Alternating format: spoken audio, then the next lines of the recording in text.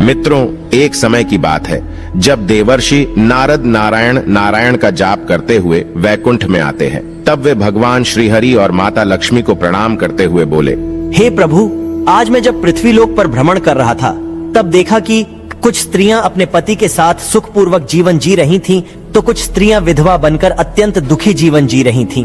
हे प्रभु, कुछ स्त्रियां ऐसी भी थीं जिनकी कोई संतान नहीं। आखिर इनके साथ ऐसा भेदभाव क्यों हो रहा है? मैं जानना चाहता हूं कि कौन सी स्त्री के भाग्य में पुत्र नहीं होता है, किस पाप के कारण स्त्रियां विधवा होती है, तथा कौन सा श्रृंगार करने से स्त्री को स्वर्ग की प्राप्ति होती है।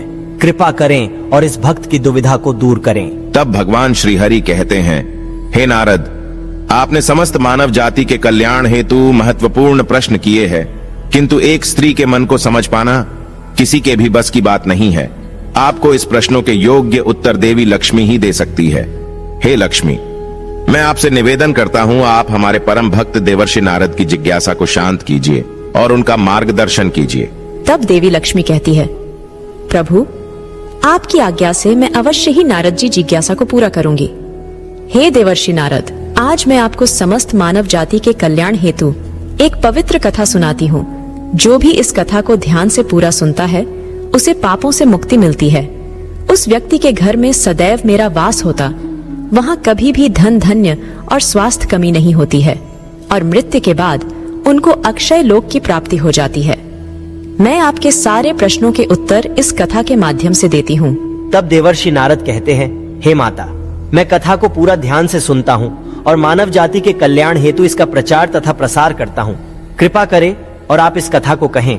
मित्रों, तब देवी लक्ष्मी कहती है, हे देवर्षि नारद, एक समय की बात है। मध्य देश में एक छोटा सा नगर था। उस नगर में एक सेठ रहता था। उस सेठ के 2 पुत्र थे और सेठ के दोनों बेटों का विवाह भी हो चुका था। सेठ के घर में किसी चीज की कोई कमी नहीं थी, किंतु सेठ की पत्नी का स्वभाव अत्यंत दुष्ट था। सेठ की पत्नी और सेठ के बड़े बेटे की पत्नी दोनों का ही स्वभाव दुष्ट था। सेठ की पत्नी अपनी बड़ी बहू का तो बहुत लाड प्यार करती थी, किंतु छोटे बेटे की पत्नी के साथ बुरा व्यवहार करती थी।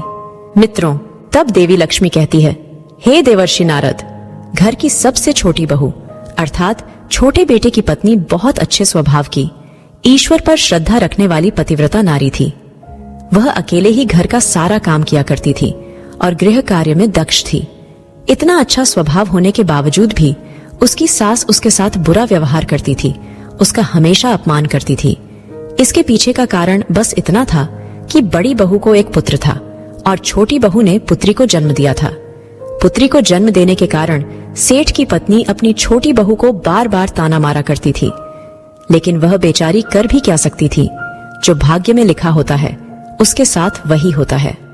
मित्रों, तब देवी लक्ष्मी कहती है, हे देवर्षि नारद, अब मैं आपको छोटी बहू की कहानी सुनाती हूँ, जिससे आपको पहले प्रश्न का उत्तर मिल जाएगा। सेठ की जो पत्नी थी वह पहले से ही दुष्ट और कुटिल स्वभाव की थी। उससे उसकी सास भी परेशान थी। सेठ की पत्नी अपनी छोटी बहू को सबसे ज्यादा दुख देती थी। छोटी बहू का नाम था सुकन्या, और सुकन्या को सताने में उसकी सास को बहुत आनंद आता था। सुकन्या बेचारी रोज सुबह ब्रह्म मुहूर्त में जागकर अपने घर के काम करती थी और दिन भर काम करने के बाद उसे रात्रि को ही सोने को मिलता था। इतना होकर भी सेठ की पत्नी अपनी छोटी बहू से द्वेष करती थी।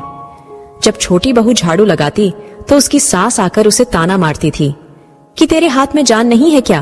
तू जल्दी जल्दी झाड़ू लगा, मैं मंदिर जा रही हूँ, मेरे लौट कर आने से पहले तू भोजन बनाकर तैयार रखना, और आते ही मैं उस भोजन को ग्रहण करूंगी, और सुन, अन्न का एक दाना भी बर्बाद ना हो पाए। बेचारी सुकन्या चुपचाप अपनी सास का अत्याचार सहन करती थी और उसकी सास की हर आज्ञा का बड़ी ही विनम्रता से पालन करती थी। फिर छोटी बहू खाना बनाते हुए सोचने लगी कि मैं घर का इतना काम करती हूँ, लेकिन फिर भी मैं चैन की सांस नहीं ले पाती हूँ। मेरी सासू माँ किसी न किसी बात को लेकर मुझे ही ताना मारती रहती है। पता नहीं कब उनकी ताना देने की आदत जाएगी। मित्रों, तब देवी लक्ष्मी कहती है, हे देवर्षि नारद। सुकन्या इतना सोच ही रही थी कि तभी घर के दरवाजे पर खटखटाने की आवाज सुनाई दी। छोटी बहू ने सोचा, अभी तो भोजन तैयार भी नहीं हुआ है, लगता है मेरी सासू माँ आज जल्दी लौट आ गई, अब वह फिर से ताना मारेगी। तब सुकन्या ने दरवाजा खोला तो उसने देखा कि द्वार पर एक सन्यासी खड़ा हुआ है। वह सन्यासी सुकन्या से कहने लगा, बेटा सदा सुहागिन रहो, तुम इस सन्यासी के लिए कुछ भोजन का दान करो। हे पुत्री, मुझे बड़ी भूख लगी है। तब सुकन्या ने सोचा, अगर मैं इस सन्यासी को भोजन करा दूं और इतने में मेरी सास आ गई तो मेरी खैर नहीं। कुछ देर तक विचार करने के बाद सुकन्या ने सोचा, यदि मैं सासू मां के ताने के डर से इस सन्यासी को भोजन नहीं कराऊंगी तो मुझे महापाप लगेगा, मेरा सारा पुण्य नष्ट हो जाएगा। इतना सोचकर सुकन्या ने उस सन्यासी को घर के अंदर बुला लिया। मित्रों, तब देवी लक्ष्मी कहती है, हे देवर्षि नारद, अतिथि धर्म का पालन करते हुए सुकन्या उस सन्यासी को भोजन कराने लगी। उतने में ही उसकी सास घर पर आ पहुंची और उस सन्यासी को घर के अंदर भोजन करते हुए देखकर उसे बहुत गुस्सा आ गया। वह चिल्लाते हुए सुकन्या से कहने लगी, यहाँ पर क्या किसी प्रकार का भंडारा या दावत नहीं चल रही है, जो तो राह चलते भिखमंगों को घर में बिठाकर खिला रही हो। सुकन्या ने अपनी सास से बड़ी विनती की, लेकिन सुकन्या की सास ने बहू की एक नहीं सुनी और उसकी सास ने उस सन्यासी को घर से बाहर निकाल दिया और उसके भोजन को उठाकर कचरे में फेंक दिया। उसके बाद वह सास सुकन्या पर गुस्सा करने लगी, अरे दुष्ट औरत, मैंने तुझे कहा था कि अन्न का एक दाना भी बर्बाद नहीं होना चाहिए, लेकिन तूने क्या किया, उस भिखमंगे को इतना सारा भोजन दे दिया। सुकन्या डरते डरते बोली, सासू मां, मैंने सन्यासी को अपने हिस्से का भोजन दिया है, इसमें आखिर इतना गुस्सा होने की क्या बात है। द्वार पर आए अतिथियों को कभी खाली हाथ नहीं भेजते हैं, ऐसा शास्त्र कहते हैं। फिर सुकन्या की सास ने उसे बहुत डांटा। दोनों के बीच कई देर तक बहस हुई और सुकन्या की दुष्ट सास ने गुस्से में आकर सुकन्या को धक्के मारकर घर से बाहर निकाल दिया और घर का दरवाजा बंद कर दिया। मित्रों, तब देवी लक्ष्मी कहती है, हे देवर्षि नारद, सुकन्या देर तक घर के मुख्य द्वार के सामने खड़ी रही और बाहर से अपनी सास को आवाज देने लगी। सुकन्या की सास ने एक नहीं सुनी और उसे घर के अंदर आने नहीं दिया। फिर सुकन्या दुखी और उदास होकर अपने मायके के लिए निकल गई। मायके जाने के रास्ते में बहुत बड़ा जंगल पड़ता था। सुकन्या भूखी प्यासी रहकर उस जंगल के रास्ते पर से चलने लगी। तभी उसी समय अचानक जोर जोर से बादल गरजने लगे और मूसलाधार बरसात होने लगी। बारिश से बचने के लिए सुकन्या एक वृक्ष के नीचे जाकर खड़ी हो गई। वहां पर सुकन्या ने देखा कि पेड़ के नीचे में कोटर बना हुआ है। फिर वह बिना देरी किए जल्दी से उस कोटर में घुस गई। मित्रों, तब देवी लक्ष्मी कहती है, हे देवर्षि नारद, कोटर में जाने के बाद सुकन्या ने देखा कि अंदर कोई साधु महात्मा बैठे हैं। वह सन्यासी कोई और नहीं बल्कि भगवान विष्णु ही साधु का रूप धारण करके बैठे हुए थे। जब उस साधु ने उस सुकन्या को देखा तो बोले, हे पुत्री, तुम इस घने जंगल में अकेली क्या कर रही हो? रोना बंद करो, मैं तुम्हारे बारे में सब कुछ जानता हूँ। तुम्हारे ससुराल वाले अत्यंत दुष्ट स्वभाव के हैं और वे तुम्हें बहुत दुख देते हैं। इसका कारण केवल बस इतना है कि तुम्हें पुत्र की प्राप्ति नहीं हुई है। पुत्री को जन्म देने के कारण तुम्हें तुम्हारी सास के ताने सुनने पड़ते हैं। हे पुत्री, तुम चिंता मत करो, मैं तुम्हें एक पर्ची देता हूँ। इस पर जो भी उपाय लिखा हुआ है, तुम उस उपाय को पूरे मन के साथ करो, फिर तुम्हें एक गुणवान पुत्र की प्राप्ति होगी। फिर सुकन्या ने वह पर्ची ली और वह साधु वहां से अचानक से गायब हो गए। मित्रों, तब देवी लक्ष्मी कहती है, हे देवर्षि नारद, यह चमत्कार देखकर सुकन्या बहुत प्रसन्न हुई और जब बारिश रुकी तो सुकन्या का पति उसे ढूंढते हुए उस स्थान पर पहुंच गया। सुकन्या ने अपने पति को सारी हकीकत बता दी और फिर दोनों ने ही घर वापस न जाकर उसी जंगल में रहने का निर्णय लिया। वहीं पर रहते हुए एक दिन सुकन्या के मन में पुत्र प्राप्ति का ख्याल आया और वह मन ही मन सोचने लगी कि यदि मेरा भी कोई पुत्र होता तो आज ससुराल में मुझे बहुत ज्यादा इज्जत मिलती। तभी सुकन्या को उस साधु के द्वारा दी गई पर्ची की याद आ गई और फिर जब उसने वह पर्ची खोलकर पढ़ा तो उसने देखा कि जो स्त्री पुत्र प्राप्ति की कामना रखती है उसे रात्रि में अपने पति की बाईं तरफ सोना चाहिए।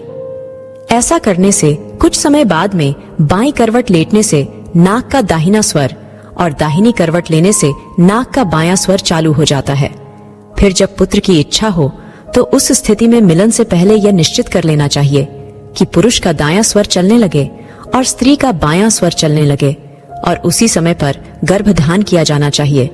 मित्रों, तब देवी लक्ष्मी कहती है, हे देवर्षि नारद, ऐसा करने से निश्चित ही पुत्र की प्राप्ति होती है। इसके विपरीत नाक के स्वर चलने से पुत्री की प्राप्ति होती है। उस पर्ची में आगे लिखा हुआ था कि मासिक धर्म शुरू होने के बाद पहले 4 दिनों में पुरुष के साथ मिलन करने से पुरुष को रगड़ता प्राप्त हो जाता है और 5वीं रात्रि में मिलन करने से पुत्री की प्राप्ति होती है तथा 6ठी रात्रि में मिलन करने से पुत्र रत्न की प्राप्ति होती है। 7वीं रात्रि में मिलन करने से वंध्या पुत्री होती है। 8वीं रात्रि में मिलन करने से बलशाली पुत्र की प्राप्ति होती है। 9वीं रात्रि में मिलन करने से सुंदर कन्या की प्राप्ति होती है तथा 10वीं रात्रि में मिलन करने से विद्वान और अति श्रेष्ठ पुत्र की प्राप्ति होती है। 11वीं रात्रि में मिलन करने से सुंदर आचरण वाली कन्या प्राप्त होती है। 12वीं रात्रि में मिलन करने से गुणवान पुत्र होता है। 13वीं रात्रि में मिलन करने से लक्ष्मी स्वरूपा पुत्री होती है। 14वीं रात्रि में मिलन करने से गुणवान, बुद्धिमान तथा बलवान पुत्र होता है। मित्रों, तब देवी लक्ष्मी कहती है, हे देवर्षि नारद। फिर सुकन्या ने मासिक धर्म के बाद 14वीं रात्रि में अपने पति के साथ मिलन किया और उसके बाद गर्भ धारण किया। फिर दूसरे दिन सुकन्या का पति जंगल में लकड़ी काटने के लिए चला गया और सुकन्या घर पर पड़ी रही। फिर अचानक से तेज तूफान आया और सुकन्या की झोपड़ी उड़ गई। फिर सुकन्या दौड़ती हुई उसी पेड़ के कोटर में जाकर रुक गई जहां पर उसे वह साधु मिला था। सुकन्या वहां अपने पति की राह देख रही थी कि अचानक वहां पर 2 राक्षसी आ गई। वह राक्षसी अत्यंत मायावी थी। फिर उन्होंने उस कोटर के साथ पेड़ को उड़ाकर एक ऐसे स्थान पर चली गई जहां पर बहुत सारा सोना था। जब सुकन्या ने यह दृश्य देखा तो वह चौंक गई। सुकन्या पेड़ के कोटर में ही छिपी रही। जब वह राक्षसी भोजन की तलाश में गई तो सुकन्या ने उस स्थान पर से बहुत सारा सोना उठा लिया और उसे कोटर में भर लिया। जब वह राक्षसी लौट आई तो फिर से पेड़ पर बैठकर वे उस पेड़ को उड़ाकर उसी जंगल में आ गई। राक्षसियों के जाने के बाद सुकन्या वह सारा सोना लेकर अपने पति के पास चली गई और उसे वह सारा सोना दे दिया। फिर पति और सुकन्या दोनों अपने ससुराल को लौट गए। वहां जाकर उसने अपनी सास को वह सोना दे दिया और सारी हकीकत बता दी, जिसे सुनकर उसकी सास को बहुत गुस्सा आया और बोलने लगी, अरे मूर्ख औरत, तू बस इतना ही सोना लेकर आ गई। इतने सोने से क्या होगा? मैं होती तो बहुत सारा सोना लेकर आ जाती। मित्रों, तब देवी लक्ष्मी कहती है, हे देवर्षि नारद। फिर उसकी सास भी उस जंगल के कोटर में जाकर छिप गई और राक्षसियों की राह देखने लगी। तभी वह 2 राक्षसी वहां पर आई और फिर उन्होंने उस कोटर को उड़ाकर एक बर्फीले पहाड़ पर ले गई। ये देख सास बहुत क्रोधित हो गई और बोलने लगी, ये कहाँ लेकर आई है? यहाँ तो बस बर्फ और मिट्टी है। तभी उन राक्षसियों ने उसकी आवाज सुनी और देखा तो एक बूढ़ी औरत पेड़ के कोटर में छिपकर बैठी है। फिर उन्होंने उस सास को बाहर निकाला और उस बर्फीले पहाड़ पर फेंक दिया। जमीन पर गिरते ही उसकी मौत हो गई। इधर सुकन्या बड़े आनंद के साथ रह रही थी, लेकिन सुकन्या की सास कभी नहीं लौटी। तो सुकन्या ने जाकर उस कोटर में देखा तो वहां पर उसकी सास नहीं थी। उसे समझ में आ गया कि लालच के कारण उसके सास की मृत्यु हो गई। मित्रों, तब देवी लक्ष्मी कहती है, हे देवर्षि नारद, जिस स्त्री को पुत्र प्राप्ति की कामना है उसे मैंने सुकन्या को दी हुई पर्ची में बताए गए उपाय जरूर करने चाहिए। तुम्हारा दूसरा प्रश्न यह था कि किस कारण से स्त्री जल्दी विधवा होती है। तो जो स्त्री अत्यधिक लालच करती है वह स्त्री जल्दी विधवा होती है, और जो स्त्री चरित्र का गहना पहनती है उसे मृत्यु के पश्चात स्वर्ग की प्राप्ति होती है। एक स्त्री को अपने चरित्र का त्याग कभी नहीं करना चाहिए। तो दोस्तों, उम्मीद है आपको यह कथा पसंद आई होगी। वीडियो को लाइक जरूर करें और कमेंट में जय मां लक्ष्मी, जय श्री कृष्ण जरूर लिखें। साथ ही चैनल को सब्सक्राइब करें। आप सभी का धन्यवाद।